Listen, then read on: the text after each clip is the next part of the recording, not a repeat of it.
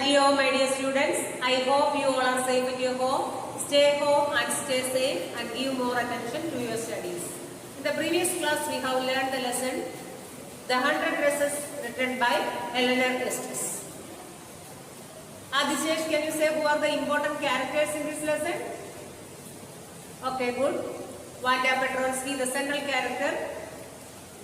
Maggie, Peggy and Miss Mason. Before moving further, let's see the first part of the lesson. Wanda Petronsky was the central character in this story. She was a Polish immigrant who had come to an American town with her parents. Peggy and Madeline used to tease her. Wanda Petronsky sat in the corner of the classroom and she was from Boggin Heights. Every day she used to wear the same dress. So Peggy used to ask her, how many dresses do you have? Wanda Petronsky told her that she had 100 dresses. All of you take your test.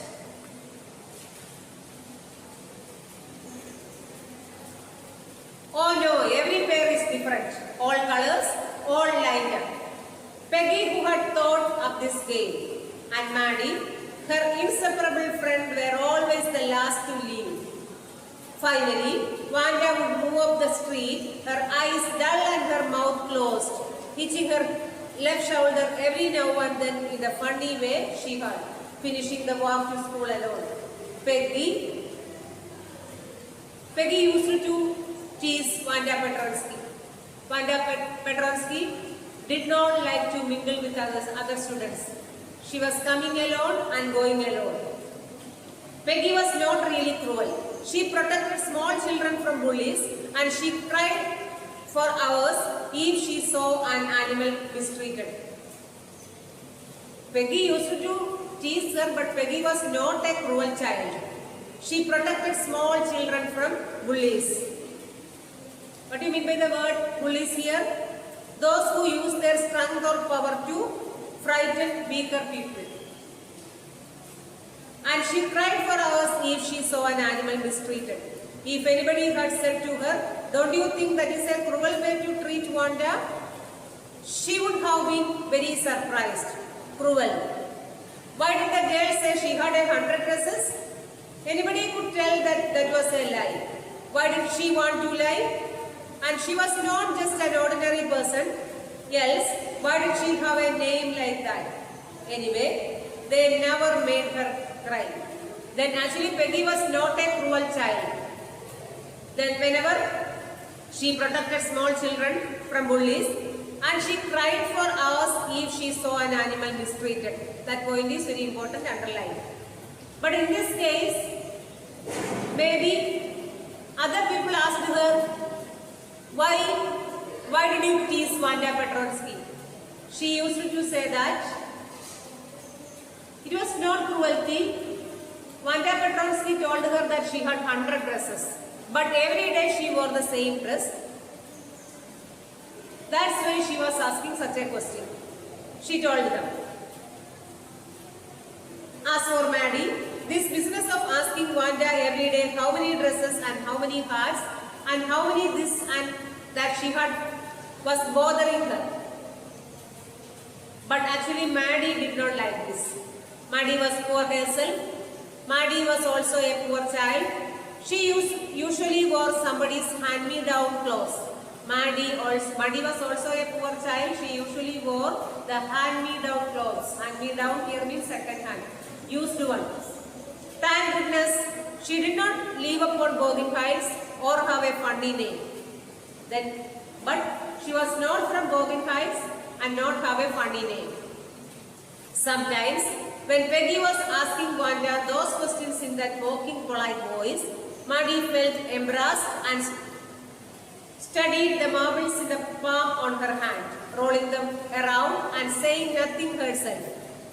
Then sometimes when Peggy was asking Wanda such type of question, Maggie did not like this. Not that she felt sorry for Wanda. Exactly, She would never have paid any attention to Wanda if Peggy had not invented the dresses game. That means Madeline did not like this game. But suppose Peggy and all the others started in on her nest, she was not as poor as Wanda. Then as far as Maggie is concerned, then she was not poor as Wanda, perhaps, but she was poor. Of course, she would have more sense than to say she had 100 dresses. Still, she would not like for them to begin on her. She wished Peggy would stop teasing Wanda Petronsky. Then, as far as Maggie was concerned, she was also a poor child. But she was not from Bogan Heights and she did not have the funny name. The Peggy used to tease Wanda Petronsky, but Maggie did not like this. So she wished Peggy would stop teasing Wanda Petronsky. Today, even though they had been late to school, Maddie was glad she had not had to make fun of Wanda. On that day, they had been late to school, but they did not tease Wanda on that particular day. She worked her arithmetic problems absent-mindedly. She was doing problems 8 times 8. Let's see. She wished she had the nerve to write Peggy a note because she knew she never would have the courage to speak right out to Peggy to say, "Hi Peg, let's stop asking Wanda how many dresses she has." Then Maggie thought that after completing the problem, at first she decided to write a small note to Peggy, "Don't tease Wanda Petronsky," but she did not get the courage. Then later she pictured herself in the schoolyard, a new target for Peggy and the girls.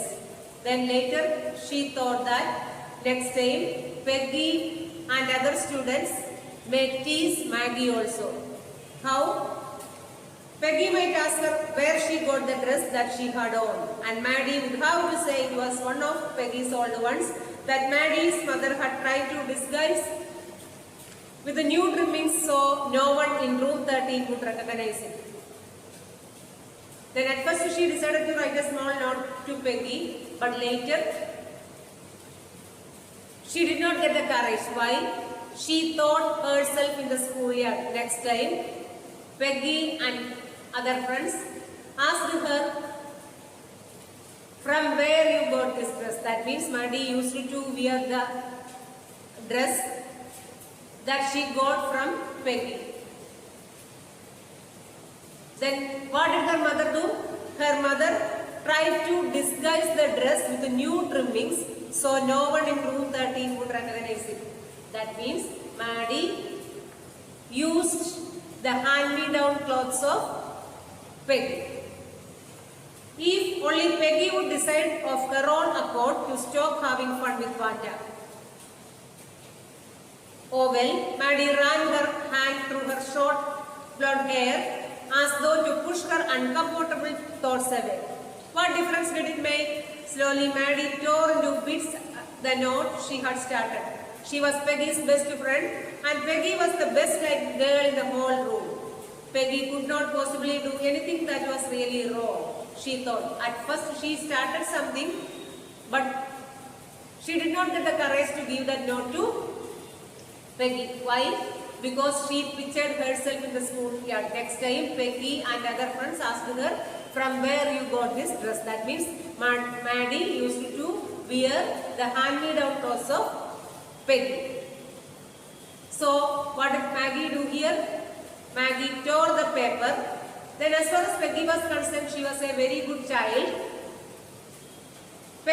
She was the best liked girl in the whole room. Peggy could not possibly do anything that was really wrong, she thought. Then why Peggy used to tease Wanda Petronsky? Wanda Petronsky told her that she had 100 dresses. Even then she wore the same dress in the school. So Peggy teased her. Actually, Peggy was a very good child. As for Wanda, she was just some girl who lived upon Bogan Heights and stood alone in the schoolyard. She scarcely ever said anything to anybody. The only time she talked was in the schoolyard about her 100 dresses. Wanda Petronsky was a poor child from Bogan Heights. She did not like to mingle with other students. She told them that she had 100 dresses. Maddie remembered her telling about one of her dresses, pale blue with colored trimmings, and she remembered another that was brilliant jungle green with a red sash. You would look like a Christmas tree in that, the girls had said in pretended admiration. Then Vanya Petronsky told them that she had 100 dresses with different colors.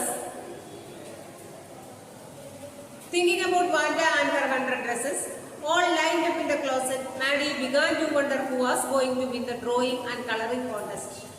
Then thinking about Vanya Petronsky, suddenly she remembered about the drawing competition already conducted in the school. For girls, this contest consisted of designing dresses. For girls, this contest consisted of designing dresses, and for boys, the designing of motorboat. Probably Peggy would win the girls' medal. Probably Peggy would get the prize. Peggy drew better than anyone else in the room. Peggy drew better than other students in the classroom. At least that's what everybody thought. She could copy a picture, a magazine or some film star's head so that you could almost tell who it was. Oh, Maddie was sure Peggy would win. Well, tomorrow the teacher was going to announce the winners. Then they would know. While Madeline was thinking about Vanya Petronsky, suddenly she remembered the drawing competition which was already conducted in the school. Usually Peggy won the first prize. The next day the teacher will announce the name of the winner. The next day it was drizzling. Drizzling means a very light rain was falling. Maddie and Peggy hurried to school under Peggy's umbrella. Naturally, on the day like this, they did not wait for Vanya Petronsky on the corner of Oliver Street.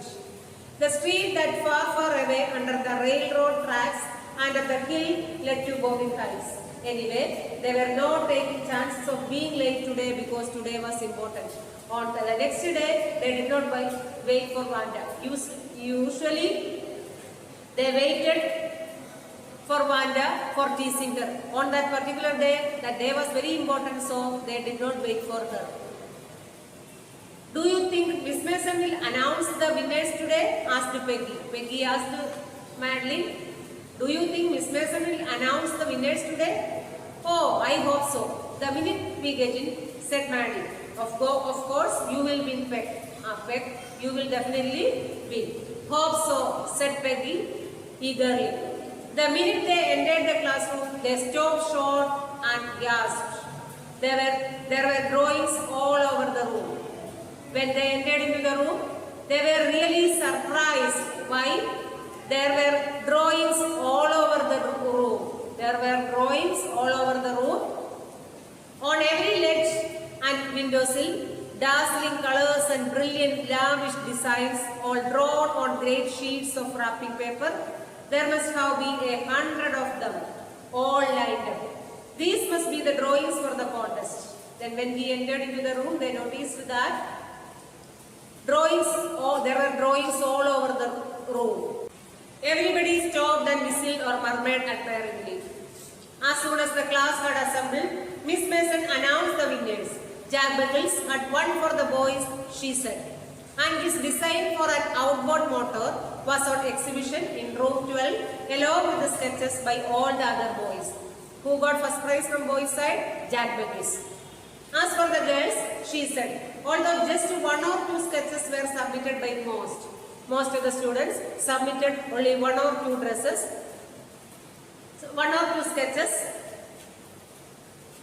But one girl and room 13 should be proud of her. This one girl actually drew 100 designs, but one girl actually drew 100 designs, all different and all beautiful. In the opinion of the judges, any one of the drawings is worthy of winning the prize. I am very happy to say that Vanya Petronsky is the winner of the girls' medal.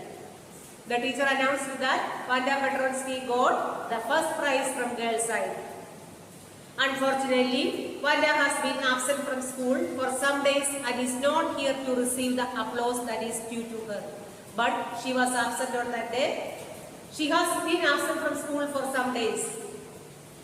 Let us hope she will be back tomorrow. The teacher said she will be back tomorrow. Now, class, you may file around room quietly and look at her exquisite drawings. Exquisite here means extremely beautiful. The children burst into applause and even the boys were glad to have a chance to stamp on the floor, put their fingers in their mouths and whistle, though they were not interested in dresses. The dresses were really beautiful. Look back, whispered Maddie. There is that blue one she told us about. Isn't it beautiful? Then when the children asked her how many dresses do you have, Vanda Petratsky used to tell them she had 100 dresses with different designs. Yes, said Peggy. And here is the green one. Boy, and I thought I could draw. Here is the first that lesson. The first part of the lesson only. Then what we have seen today. Peggy and Madeline used to tease Vanda Petratsky by asking how many dresses and how many shoes do you have. Vanda Petratsky used to tell them that she had 100 dresses.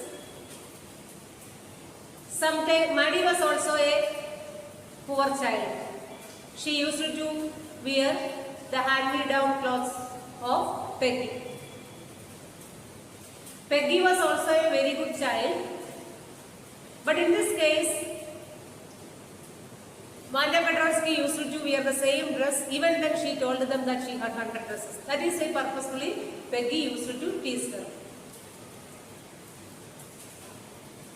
They conducted a drawing competition. The next day the teacher will announce the result. Maggie, on that particular day, Maggie and Peggy, they were so busy and they reached school. They noticed that the room was filled with the room was lined with 100 dresses, each so beautiful. Thus they realized the theory of 100 dresses. Vanda Petratsky used to tell them about the 100 dresses. Thus they realized the theory of 100 dresses and felt guilty about having treated her badly. I think all of you understand this lesson. This story is very interesting. Read the story. I will send you the notes through Google Classroom. Thank you all.